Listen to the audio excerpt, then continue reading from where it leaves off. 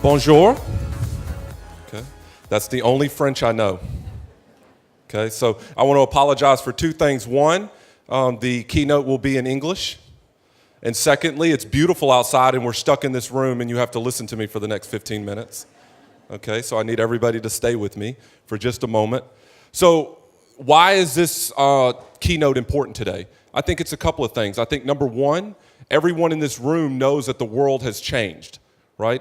We used to, as e-commerce and retail people, we used to have a store down on the street and we get to pick the store and the store hours and the products we're gonna sell. But now this is the world that we live in, right? I mean, we live in this world where this young lady is shopping all the time, whenever she wants, on any channel she wants, buying from any brand she wants, and this is the world and this is the way that she looks. So for everyone that's in this room, this is the person that we have to interact with and do business with, right? It's both scary, but it's also an opportunity. So why is it an opportunity? In the last 10 years, the 5 most valuable brands in the world, think about this for a moment. The 5 most valuable brands in the world are all digital brands, okay? 10 years ago, it was Coke and GE and other things. Today, the world that we live in, it's Google, it's Apple, it's Microsoft, it's Amazon, it's Facebook, okay? So if you're an e-commerce or a retail marketer and you're in this room, these are the people that you're competing with. Why is it that you're competing with them? You're competing with them because everyone in this room knows ultimately these brands are creating the consumer expectation. Think about this. I woke up this morning in my Airbnb that I booked online. I opened up Google Maps, I typed in the address of this place, and I walked here. Like that's just, whether I'm in London or France or Atlanta or Paris or wherever I am, that's my expectation. It's almost instantaneous experiences, instantaneous personalization. So as brands, everyone in this room needs to understand that we no longer get to create the consumer expectation. The consumer expectation is created by these consumer applications. This is what we're competing with. But it's also an enormous opportunity. But let's go back in time just for one moment. Everyone that's in this room who's a marketer, please raise your hand. If you're a marketer, raise your hand, okay? Every single person that's in this room who's a consumer, raise your hand, okay?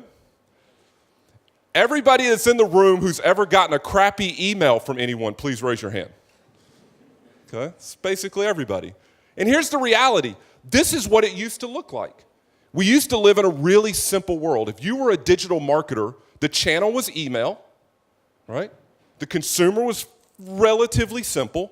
You were able to contact them on Google AdWords or email, and you literally could see the beginning and the end of this Christmas campaign. Well, guess what? This is what a marketer wants to do. If you're in the room and you've lost a customer, you want to re-engage them, right? That seems logical. If your manager comes to you and says, hey, I got an idea, let's go win back the people who have bought from us before and get them to buy from us again, right? That seems like a simple request. The problem is, in today's world, that young lady who's on her iPad, who's buying all the time, now that looks like this, okay? So here's what we do as marketers, right? We go get the marketing coordinator. They have about 6 months of experience. Right? They just graduated from university. We give them this fancy technology, and then they go try to build this campaign to win back a customer. But here's the problem. What you see up on the screen is 30 individual human decisions and 20 pieces of content. Think about this for a second. So everyone in the room wants to talk about personalization. I have in my entire career never met a marketer who said, Alan, my 2019 strategy is to send less personalized messages to fewer people. No one says that. No marketer's ever like, I'm trying to do crappier marketing. Everyone's trying to do more personalized marketing, everyone. But the problem is it looks like this, okay? And what does that mean? What it really means is everyone in the room who is trying, please understand this. You cannot drag and drop your way to personalization. It's impossible. We've moved beyond the human's capacity. And I oftentimes like to use this statement of human-driven personalization doesn't scale. You can't. It's impossible. No matter how hard you try, you cannot drag and drop your way to personalization. Because Alan is standing here today. I'm going to go to the Louvre this afternoon. I'm going to go stand in line so I can get my selfie with Mona Lisa, right? Like this is the reality, is that I'm constantly moving around. So if you think about this, here's what you're really trying to do. You just want to market to this guy, right? Like if you're a marketer, you're just like, I just want to send this person a message. And this guy right here has a high lifetime value. Every single time he buys from me, it's more and more and more profitable. And I want to send this young lady a message. But what I know about her is she always uses a discount. And then when I get done with her, this guy who just came to my website, he engages with me most often 24 hours after he visits the website. Okay? So every single person in this room is different. Think about this for a second. Every single person in this room is different. Okay? So let's take a look at this guy. Okay? So for the purpose of this conversation, let's say this guy's name is Alan. Okay? And for the purpose of this conversation, let's say we want to target him into a very small segment. Okay? Very small segment. For the purpose of this keynote, let's say this segment is called Tall, Dark, and Handsome. Okay? We want to target this guy. How are we going to do it? The reality is that all of these people are constantly moving. Constantly moving. And so we have to move beyond this. We cannot drag and drop our way to personalization. So what is it that we need? We need AI. So I need every marketer in this room to get out your calculator. I need you to do this math formula, right? So every one of our competitors that we compete with who have named their software after a dead scientist, right, want you to believe that this math is easy. Well, I'm here to tell you today that it's not. It's really, really hard, okay? Here's what I want everyone to take away from this keynote. Only one thing. Only one, well, beyond the tall, dark, and handsome comment. I want you to take one thing away from this comment, from this keynote. AI is the creation of data you don't have. I'm going to say it one more time. AI is the creation of data you don't have. Here's why. If you send an email every Wednesday at 8 o'clock and you give it to an algorithm, the algorithm is going to come back and say, hey, the best time to send your emails Wednesdays at 8 o'clock. Right? Okay? See, the dead scientist software people won't tell you that. Right? It has to create data you don't have. So what does AI really do? It takes Alan and it goes and tests Tuesday, tests Saturday, tests nights, tests mornings. This is what a Bayesian network looks like. Okay? It has to create data you don't have. It has to go learn something you don't know. So forget all of the algorithms and the definitions of AI and personal, forget all that crap. If anyone talks to you about an AI system, ask them, how does it create data I don't have? Make sense? Okay? So here's why I am excited as a marketer. If we truly move beyond the human's capacity and we marry the marketer with the machine, we have the opportunity to revolutionize the role of the marketer. I can tell everyone in this room, I did not get into marketing so I could drag and drop CSV files. That's not why I got into marketing. I got into marketing to be creative, wear cool sweaters, speak on stage, right? That's why I got into marketing. But there's a role for marketers. In this AI world, in this hyper-personalized world, there's a role for marketers, okay? So let's take a typical neural network. We're in France. It's Valentine's Day, right? Everybody, do we celebrate Valentine's Day? Is today Valentine's Day? Okay, everybody have a date? Okay, all right. Okay, so what I did was I took a neural network and I generated some pickup lines for anyone in the room that does not have a date for tonight, okay?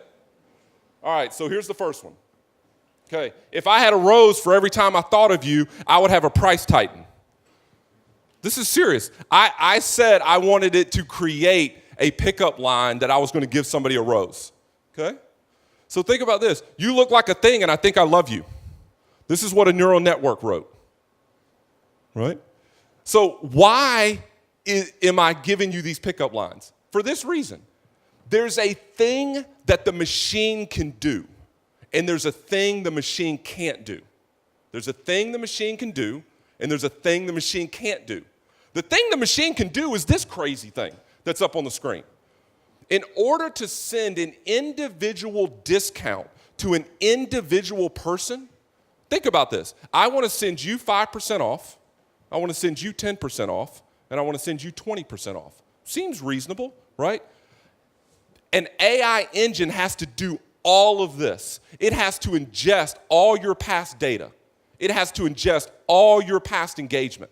It has to go run this math of the buying probability if I give you 5, give you 10, and give you 20. Then it has to go weight the revenue and the cost per incentive. There's not a marketer that's in this room that wants to do that. If you're a marketer, you want to do this. You want to create the incentives, and you want to send it to the right person. That's all you're trying to do. But here's the beauty and here's the excitement about this new opportunity of hyper-personalization and AI in the world that we're moving into. Here is the closing argument. If we let the machine do what's up on this slide and we as marketers do what we're good at, we actually can effectively revolutionize the role of the marketer. Because the marketer, all the marketer wants to do is log into some software, create an image, write some content, develop the strategy, and then let the machine ultimately deliver this. Think about this for a second. If you're a marketer in the room, would you rather work on CSV files and data and math, or would you rather work on content, strategy, and creative? Okay, last question. We got 2 minutes. Last question. If you're in the room and you're a marketer and you have too much time, too much money, too much budget, too many staff members, please raise your hand. Anybody? Anybody got too much time? Too much money? Right? Too many staff members. Just too much going on. No. Right? Nobody does. The rising expectations of all of us is that we're supposed to do more with less. So what I want you to take away from this is this. In the final minute, take away this. The world's changed. Everyone in the room understand what that young lady looked like on that iPad. Never forget that. Never forget that we're all consumers first and we're marketers second. We've moved beyond the human's capacity to do personalization. We just have. You're not doing a bad job. We've moved into a world where it is physically impossible. Everyone in the room, give yourself a break and understand that software today doesn't scale for personalization. You've got to rethink what you're doing. The other thing is this. You're already working hard. You can't work harder. There's too much data, too many channels, too many choices. You've got to marry yourself with a machine, okay? Understand this. Data science, machine learning, AI, I could care less. It's just new technology. The only reason I care is because for every marketer that's in this room, including me, is it can allow us to spend time doing the things that we want to do, right? What do I want to do? I want to work on strategy. I want to work on content. I want to work on creative. And so I would say this. We're in France today, right? I think y'all know a little something about a renaissance, right? Okay. I believe in my heart, from the bottom of my heart, as a marketer and as a technologist, that if we marry the marketer with AI and the machine, if we do that, we will unleash what I refer to as a creative renaissance, where everyone in this room gets back hours in your day to spend on content, spend on strategy, spend on creative. And at the end of the day, that's why I'm so excited not only to be in France today, and it's Valentine's Day, right? And it's beautiful outside. But it's because there really is an enormous opportunity in front of us. And with that, I'd like to turn the stage back over and say thank you for inviting me here today. Thank you for letting me give it in English. And bonsoir.